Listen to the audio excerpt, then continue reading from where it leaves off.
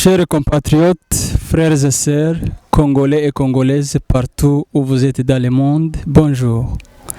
Moi c'est Gapango Bonfils sur les micros de BMCTV. Aujourd'hui, je vous ai amené un rechercheur, un écrivain. La fois passée, j'étais en train de lire les messages sur les réseaux sociaux. Je me suis tombé sur un message intitulé « Pourquoi seulement les Tutsis congolais? Pourquoi seulement les Banyamulenge ?»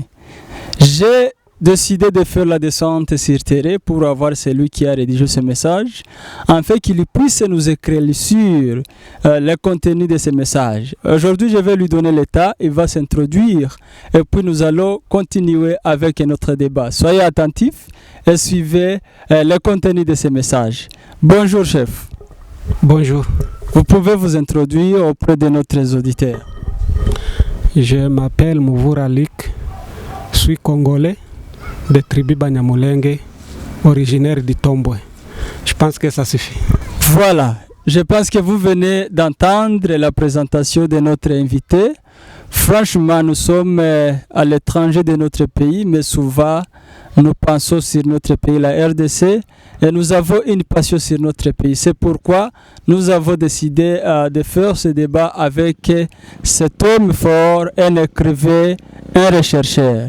Il va aller justement à nous parler pourquoi il a conçu l'idée d'écrire sur ce sujet, pourquoi seulement les Banyamulenge et les Tutsis du Congo. Monsieur Mouvoura Lik, parlez-nous, comment est-ce que et pourquoi vous avez parvenu à concevoir cette idée excellente? Ce n'est pas une question nouvelle. N'importe qui peut se poser cette question. Pourquoi seulement les Tutsis du Congo, pourquoi seulement les Banyamulenge sont discriminés? Bon, quand j'étais petit, c'était normal, on ne fait pas beaucoup d'analyses. Mais quand je suis devenu grand, quand j'ai étudié la géographie du Congo, j'ai su qu'il y a d'autres communautés frontalières qui vivent à la frontière et qui vivent de part et d'autre de la frontière. Par exemple, il y a les Kalunda qui vivent soit en Zambie, ils sont zambiens, et ils vivent au Katanga, ils sont congolais, mais ils ne sont pas discriminés. Et que ce soit en Zambie, que ce soit de l'autre côté de la frontière, ils ne sont pas discriminés. Alors je me suis demandé, pourquoi seulement les Banyamulenge? Pourquoi seulement les Tutsis, qui sont aussi une population qui vit à la frontière et qui vit de part et d'autre de la frontière, mais ici, du côté du Congo, ils sont discriminés, ils sont toujours taxés d'être des Rwandais, d'être des étrangers. Pourquoi? C'est une question que je devrais aussi te poser comme journaliste parce que vous êtes expérimenté, vous serez peut-être plus informé que moi. Mais la question c'est ça. La question c'est ça. Pourquoi et seulement? Il y a une vingtaine de tribus ou ethnies qui vivent de part et d'autre de la frontière. Mais pourquoi seulement les Banyamulenge? C'est une question, même un étranger qui arrive au Congo peut se poser cette question. N'importe qui peut se poser cette question. Voilà. C'est une question évidente que n'importe qui peut se poser. Merci beaucoup pour les explications. Si j'ouvre mon œil scientifique, votre sujet est intitulé « Pourquoi seulement les Banyamulenge et les Tutsis du Congo ?» Y a-t-il peut-être la différence entre les Banyamulenge et les Tutsis du Congo? Pas beaucoup de différence. Peut-être que vous avez étudié la mathématique, un ensemble qui est inclus dans un autre ensemble. Les Tutsis, c'est un grand ensemble. C'est un groupe très complexe qui englobe beaucoup de tribus, beaucoup d'ethnies et éparpillées dans beaucoup de pays. Mais les Banyamulenge, c'est une communauté du Congo, mais qui est inclue dans cette grande ensemble ethnique. Merci. Tu peux nous parler alors quelle est l'origine des Banyamulenge ou soit l'origine des Tutsis congolais qui sont discriminés comme vous l'avez dit? Les origines sont multiples selon beaucoup d'écrivains. Si vous avez lu les livres du fait Mutambo Jondwe, et selon la tradition, notre tradition orale, il y a beaucoup d'écrivains qui ont écrit sur les origines de Banyamulenge. Les Banyamulenge seraient originaires du Rwanda, du Burundi, de Tanzanie, et il y a une autre faction dans les Banyamulenge qui sont d'origine, qui prennent leur origine dans les tribus voisines de Banyamulenge, là au Congo. Mais la grande majorité est venue du Burundi, du Rwanda et une minorité de la Tanzanie, mais quand ils sont arrivés au Congo, ils ont vécu ensemble pendant longtemps, ils ont développé une culture et une langue un peu propre à eux, et c'est pourquoi ils se sont identifiés comme une tribu différente des Burundais, différente des Rwandais, différente des Tanzaniens, mais une tribu appelée Banyamulenge. Voilà, merci beaucoup. Dans l'histoire qu'on avait appris, c'est dit que la RDC c'est un pays très grand qui a plus de 460 tonnes de tribus, mais uniquement les Banyamulenge ou les Tutsis du Congo, ce sont eux qui sont plus discriminés. Je pense qu'avant de rédiger votre message, vous avez fait des recherches et vous avez plus de données sur ce point. Selon vous, pourquoi les Banyamulenge, ce sont eux qui sont discriminés alors qu'il y a beaucoup de tribus? En fait, selon les recherches que j'ai faites, la cause est politique, et plus politique que tribale. La discrimination des Banyamulenge dans cette région, dans laquelle ils vivent, commence à l'époque de la rébellion mouléliste. À l'époque de la rébellion mouléliste, il y a eu des conflits entre les Banyamulenge et les tribus voisines. Après les conflits, après l'échec de cette rébellion Simba, communément appelée mouléliste, il y a des Babembe. Donc, si je reviens un peu en arrière, la rébellion, donc le mouvement de la rébellion mouléliste était principalement soutenu par les Babembe et les Bafulero. Mais les Banyamulenge ne se sont pas beaucoup impliqués dans cette rébellion. Alors il y a eu conflit entre ces autres tribus et les Banyamulenge. Quand la rébellion mouléliste a pris fin, il y a eu une sorte de rancune. Les Babembe ont gardé une sorte de rancune contre les Banyamulenge parce que les Banyamulenge avaient joué un rôle très important dans l'échec de la rébellion mouléliste. Alors les Babembe, donc les représentants des Babembe qui travaillent dans le gouvernement de Mobutu, et si je peux citer à titre d'exemple les Azulu Nibembe et les Mwene Malungu, ont perpétué cette haine de leur tribu contre les Banyamulenge. Donc, ils ont profité de la position qu'ils avaient dans le gouvernement pour régler les comptes, pour se venger contre les Banyamulenge. Alors, ils ont intoxiqué leur tribu, Babembe et les Bafulero, pour donc une intoxication contre les Banyamulenge. Et leur accusation était de dire que les Banyamulenge ne sont pas des Congolais, ne sont pas des citoyens congolais, et par conséquent il faut les battre, il faut les pousser en dehors du Congo. Donc c'était seulement une façon de règlement des comptes. Mais en réalité, ils ne pouvaient pas avancer un motif quelconque pour mettre en cause la nationalité de Banyamulenge, mais ils ont passé derrière les rideaux et intoxiqué leur communauté pour utiliser donc la communauté, leur communauté d'origine, les Babembe et les Bafulero, pour combattre les Banyamulenge. C'est comme ça qu'a commencé le conflit que je peux qualifier d'ethnique, mais en réalité qui n'est pas ethnique, mais qui est politique. Donc c'était une façon, quand les grands politiciens Babembe voulaient faire les campagnes pendant les élections,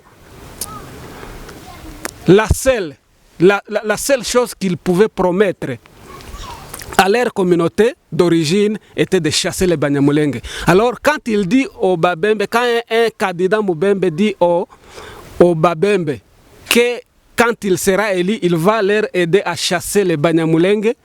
Donc, les autres les appellent les Rwandais. Voilà. Quand il leur promet qu'il va chasser les Rwandais, alors ils pouvaient être élus à l'unanimité à 100%.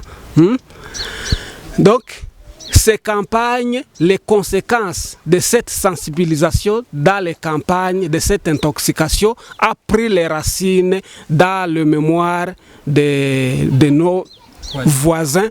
Et c'est ce qui a tissé cette haine, cette discrimination. Mais en réalité, cette discrimination n'avait aucune base juridique, aucun argument fondé ou un argument juridique pour démontrer que les Banyamulenge étaient en quelque sorte des étrangers. Mais c'était seulement une intoxication politicienne. Voilà, c'est tout ce que je peux dire. Merci beaucoup, M. Muvura.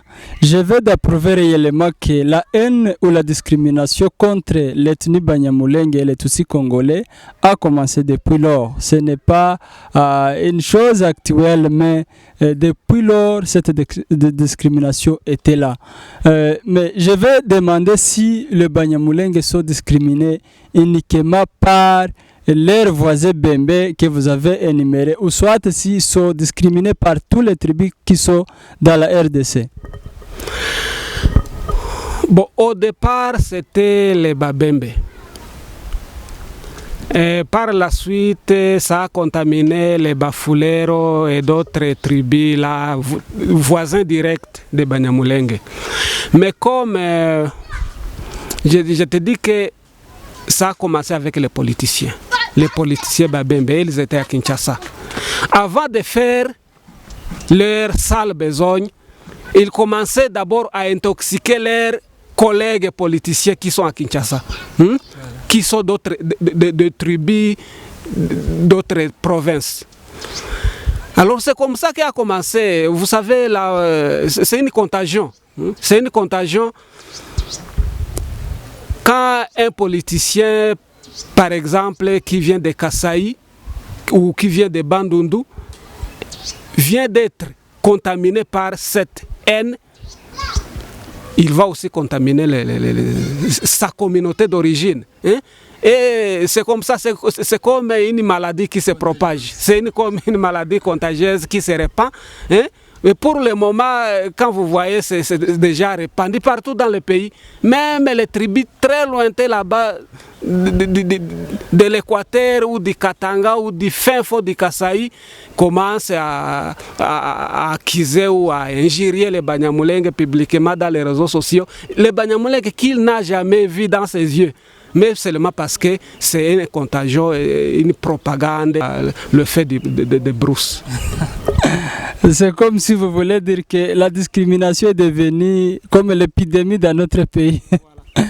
Mais M. Muvura, même si vous dites que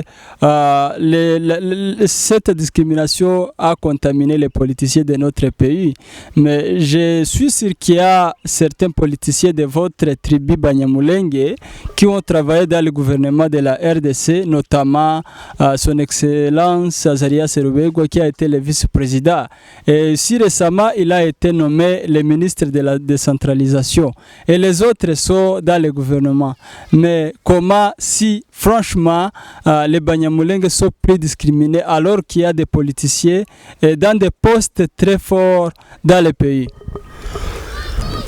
Bon, je te dis que la discrimination se voit ici, donc au niveau de la communauté.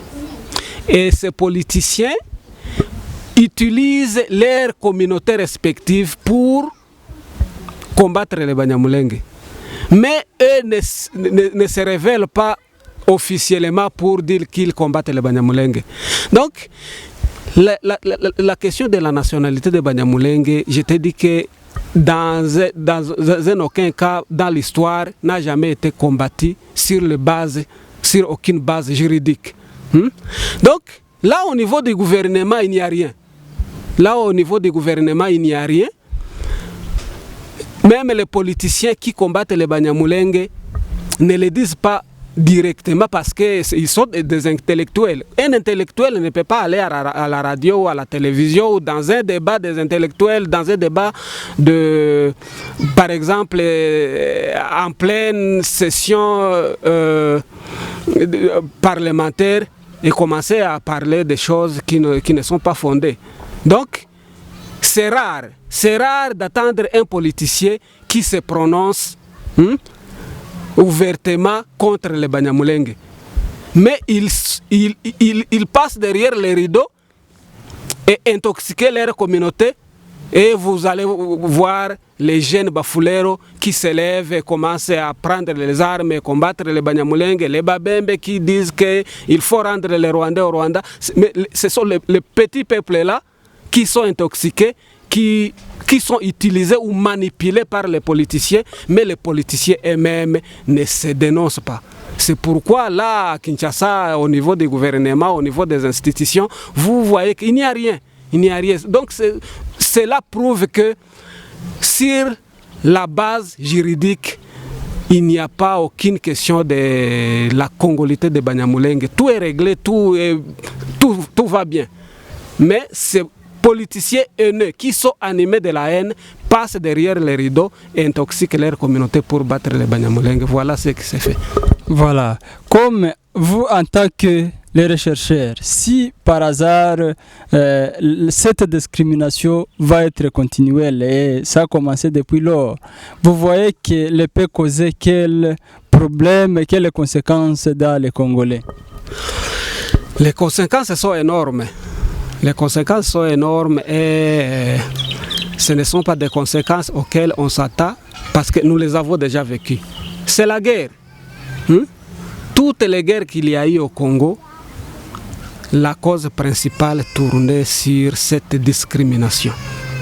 Et quand la discrimination va continuer, ce sera la guerre éternelle ou les conflits éternels qui vont faire que le Congo ne peut pas avancer. Et les conséquences ne vont pas seulement tomber sur les Banyamulenge, ça va tomber sur nous tous, surtout les Congolais. Quand vous allez à Ifizi, dans le fief de Babembe, il faut aller voir. Donc, ils ont reculé depuis qu'il y a eu ces guerres, ces dernières guerres. Ils ont reculé plusieurs années en arrière à cause de la guerre. Les infrastructures, la route, les bâtiments démolis. Donc, rien ne va. Donc, les conséquences, nous les vivons tous. C'est ce que beaucoup de gens ne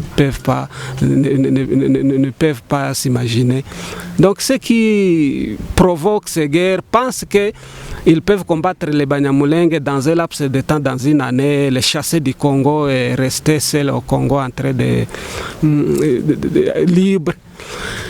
Mais ce n'est pas ce qui peut se faire. Je te dis que les conflits contre les Banyamulenge ont commencé avec la rébellion mouléliste. Je peux dire que la guerre contre les Banyamulenge, c'est une guerre de plus de 50 ans. Ça va maintenant faire 60 ans, plus d'un demi-siècle.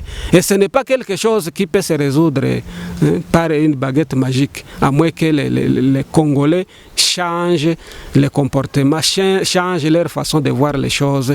Mais les conséquences sont énormes. Selon votre question, les conséquences sont énormes et ces conséquences tombent sur nous tous, et les Banyamulenge et les autres tribus.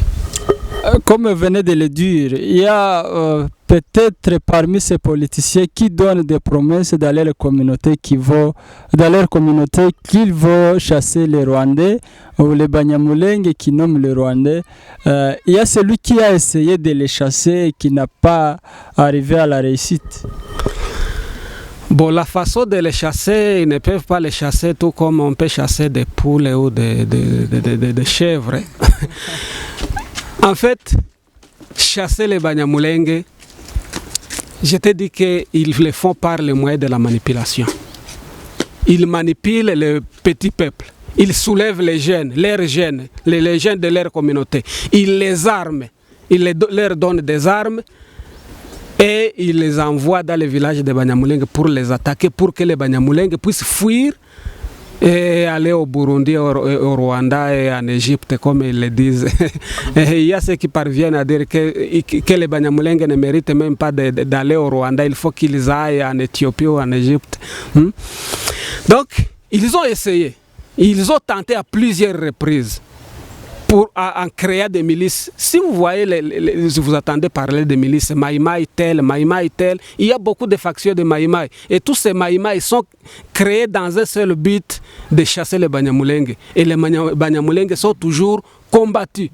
Pendant plus de 50 ans qu'ils sont combattus, ils ont essayé à plusieurs reprises de les chasser, mais heureusement, ils ne sont pas encore arrivés à leur objectif. Et je pense qu'ils n'y arriveront pas.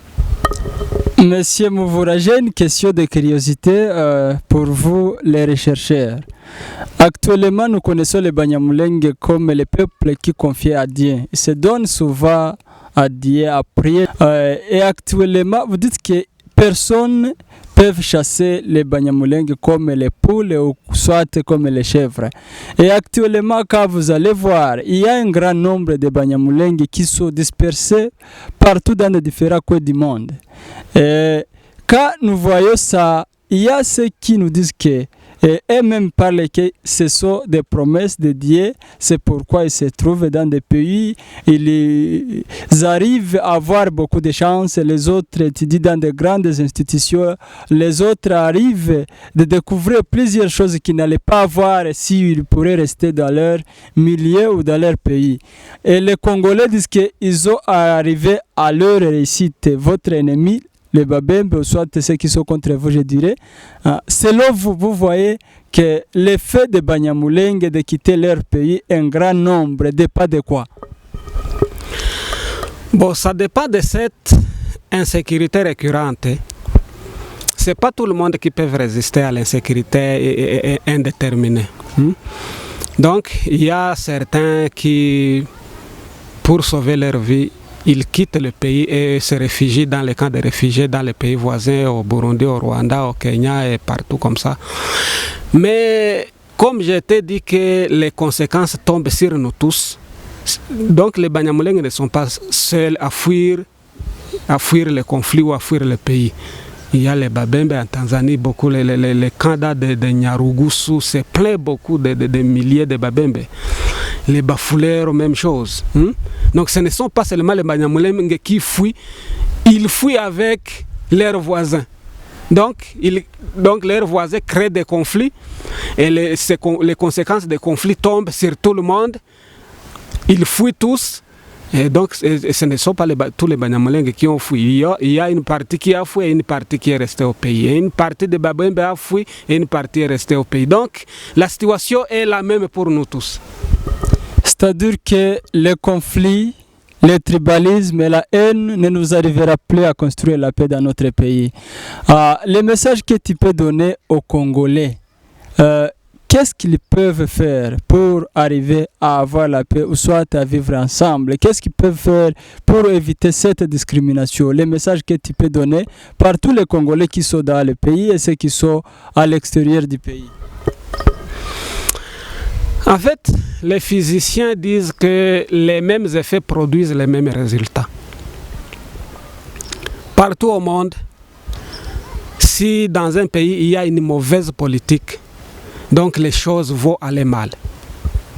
Je te dis que le problème qui est au Congo, le problème que connaissent les Banyamulenge et leurs voisins, c'est un problème de manipulation politicienne. Donc si la manipulation des politiciens s'arrête, les conflits vont s'arrêter et la paix va revenir automatiquement. Donc là-bas, il n'y a pas de conflit ethnique. En réalité, les Banyamulenge et les Babembe sont prêts pour vivre ensemble et vivre dans la paix et cohabiter pacifiquement. Si vous pouvez demander pour les conflits récents, les Banyamulenge, les Bafulero, donc c'est un conflit qui opposait les Banyamulenge au Bafulero. Donc les miliciens Bafulero attaquaient les villages Banyamulenge. Mais les Banyamulenge, les civils Banyamulenge et les Bafulero fouillaient ensemble. Donc ils allaient dans le même bivouac. Ils sont ensemble. Donc Pour dire qu'entre les communautés, il n'y a pas de problème. Mais le problème, c'est cette manipulation. Ces politiciens qui manipulent leurs jeunes pour combattre les Banyamulenge.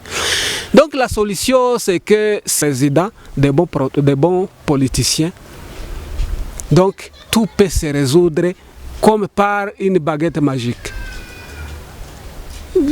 Espérons que le nouveau régime ou le nouveau gouvernement, le nouveau président avec son équipe pourra peut-être résoudre le problème. Mais la solution, on ne peut pas chercher la solution au niveau du terrain, au niveau des jeunes, aller sensibiliser les jeunes. Ce n'est pas nécessaire. Si la manipulation s'arrête, les jeunes aussi vont s'arrêter, ils vont cohabiter pacifiquement.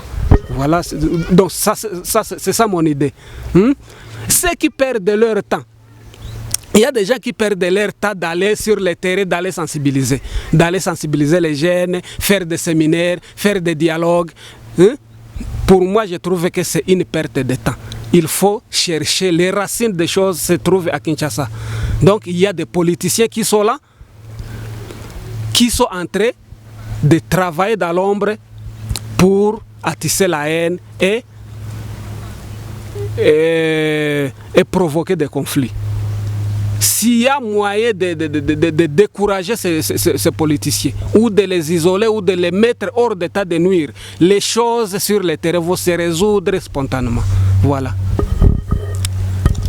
Merci beaucoup, M. Mouvoura, pour vos explications et les conseils. Chers Congolais et Congolaises, partout où vous êtes, surtout la jeunesse. Les conflits, la discrimination, c'est le contraire de la paix. Nous devons chasser, nous devons bannir, nous devons supprimer de telles idées. Et unissons-nous les uns les autres. Prions pour notre pays, la RDC. Prions pour nos autorités qui amènent l'intoxication dans la tête de la jeunesse pour perpétuer les désordres dans notre pays. Moi, c'est Gapango Bonfils sur le micro de BMC TV. Je remercie mon invité Mouvouralik pour m'accorder votre état. Que Dieu vous bénisse, que Dieu bénisse notre pays, la RDC.